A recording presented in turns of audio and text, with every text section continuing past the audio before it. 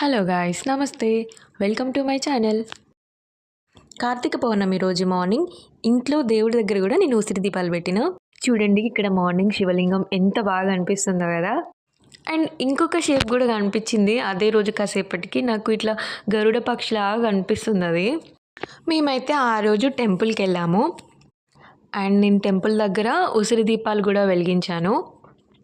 So ఆ రోజు మేము ఏ టెంపుల్కి వెళ్ళామంటే చెన్నూరు శివాలయంకి వెళ్ళినాం. అండ్ టెంపుల్కి వెళ్ళి దర్శనం చేసుకొని మళ్ళీ రిటర్న్ ఇంటికి వచ్చాము. వచ్చిన తర్వాత సో పువ్వొత్తులు ప్రిపేర్ చేయడానికి నాకు ఇంట్లో కాటన్ ఉంది, ఆల్రెడీ లాస్ట్ ఇయర్ తెచ్చుకొని పెట్టుకున్నా. సో ఇక్కడ నేను ఏం చెప్తున్నానంటే, మేము ప్రీవియస్గా నిజామాబాద్లో ఉండేవాళ్ళం. అక్కడ మాకు ఇంటి ముందు కొంచెం స్పేస్ ఎక్కువ ఉండేదన్నమాట. తులసి కోట ముందు చాలా స్పేస్ ఉండేది. సో మేము బాగా సెలబ్రేట్ చేసుకునే వాళ్ళం కార్తీక పౌర్ణమి. ఎలా అంటే పువ్వులతో మొత్తం డెకరేట్ చేసి, పువ్వులతో ముగ్గేసి, ఇంకా చిచ్చుబుడ్డు, క్రాకర్స్ అవన్నీ కూడా కాల్చేవాళ్ళం ఆ రోజు.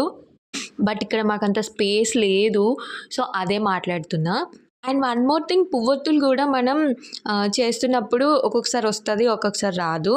అండ్ ఆ ఒత్తి చిన్నగా ఉంటే తొందరగా కాలిపోతుంది, కొంచెం ఇట్లా లావుగా చేసుకుంటే ఎక్కువసేపు ఉంటుందని అదే చెప్తున్నా.